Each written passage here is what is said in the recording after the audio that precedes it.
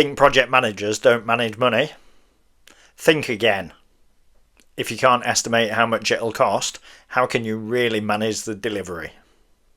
Today we're breaking down some helpful tips to allow you to nail your next project cost estimate. And make sure you stick around to the end, because I'll break down the details and structure to set you up for success.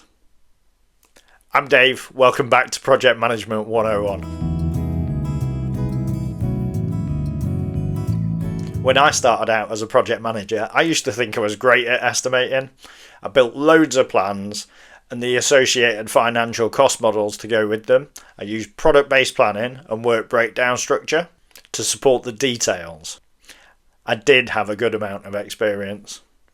As I became a senior project manager, I took on bigger projects and bigger cost estimates to help support winning client bids and responding to tender exercises. I can remember one particular time where I'd mapped out the delivery stages of a project, I'd pulled the team together, we'd broken down all of the components and provided estimates. We'd overlaid the project management cost and the design team cost. I thought we were golden. I put it in front of my leader and they tore it to pieces. I was really on the back foot. Why? Because I zoomed in rather than zooming out, and that's where it started to unravel. The truth is, whilst I had done the hard yards of working with the team to break down the project and understand all of the components, I'd missed something massive. I focused on the details. A software engineer doing 5 hours over here, a quality assurance engineer doing 3 hours over there. I didn't stop and take a step back and look at the bigger picture. And that's the kicker. It's easy to forget to take a step back and look at the total plan and therefore the total cost. And here's what I missed. I missed the work time, the physical time that software engineer or the quality assurance engineer were going to be in the office and actually working on the project.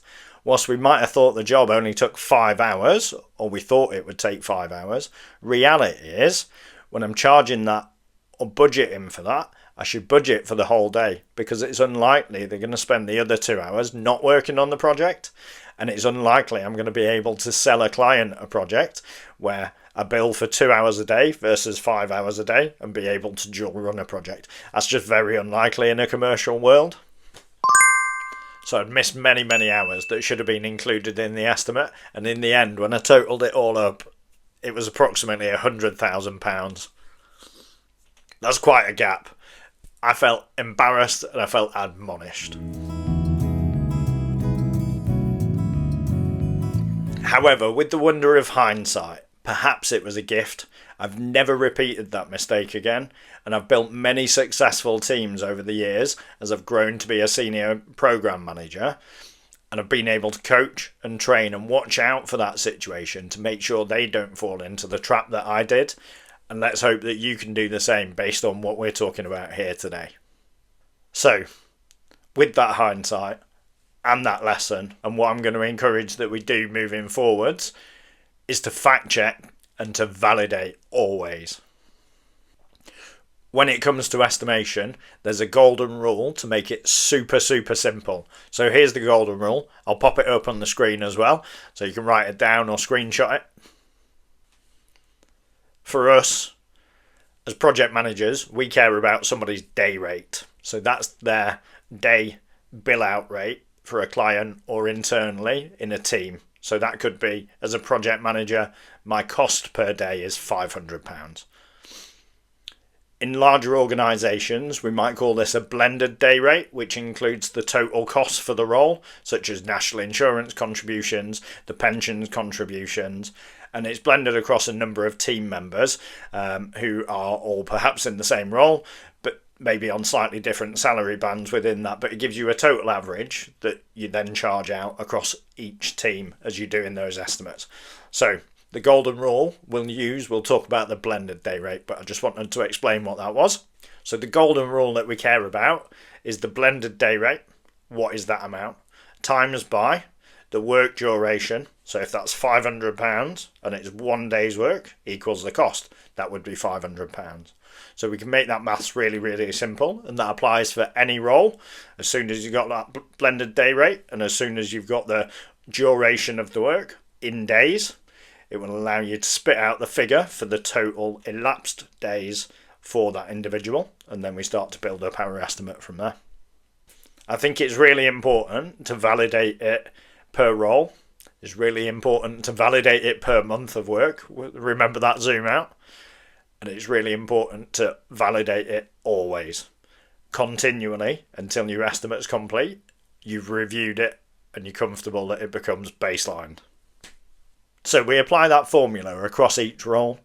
I would typically use a tool like Microsoft Excel to build out that forecast, and I would typically break it down by role, by an appropriate increment. That could be month by month or day by day, depending on the size of the work that you're undertaking.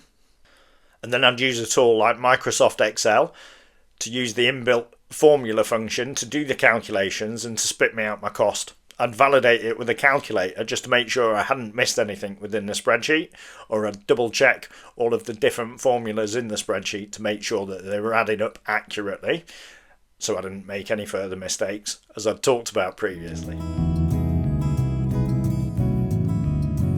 So, when we're thinking about building out a cost estimate, we need to think about the total build time.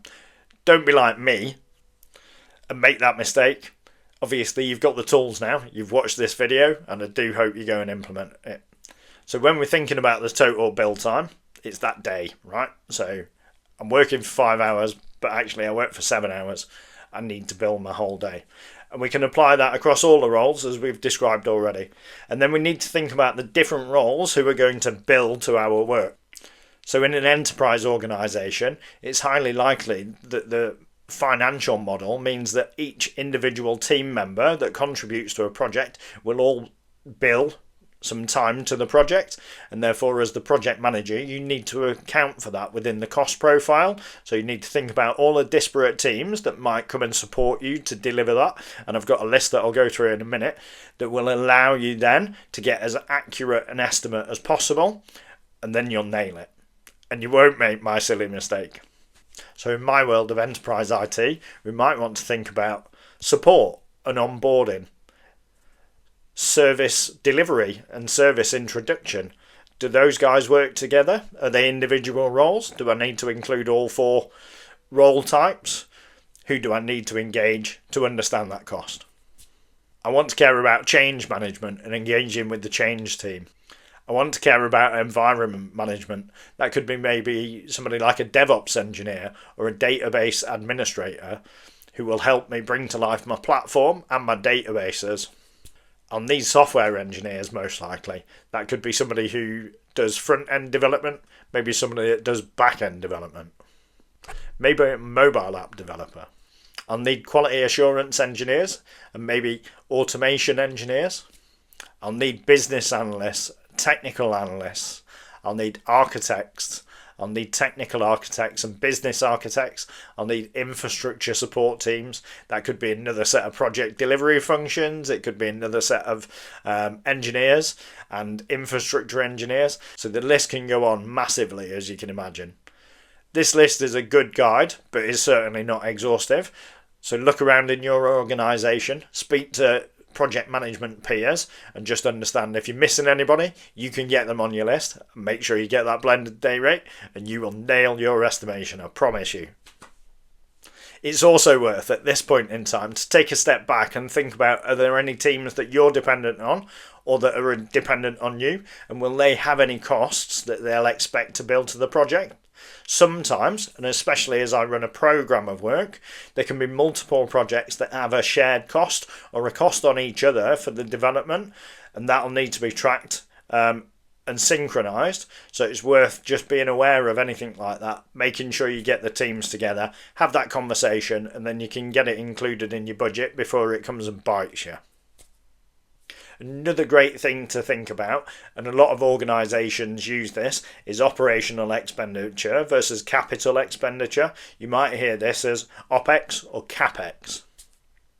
So capital expenditure is more long-term costs and things where the business can treat it as an investment back in the business. So software engineering to build out a new piece of software. that is a capital expenditure. So the engineering teams that are working on that will be charged as capital expenditure. So operational expenditure covers things more like tools, licenses, and maybe software that the engineers need to build the software. So we've covered a lot in this video. We got to talk about my little embarrassing horror story. We got to give you a bit of advice about how you can avoid it in the future and how you can break down and estimate a project, which I hope is super useful and helpful for you. I'd love it if you drop a comment below. Why don't you share a horror story if you've got one, or just some general advice for the wider community. Make sure you follow along for more practical advice in project program and delivery management. That's all for this week. From chaos to clarity. I'll see you next time. Take care.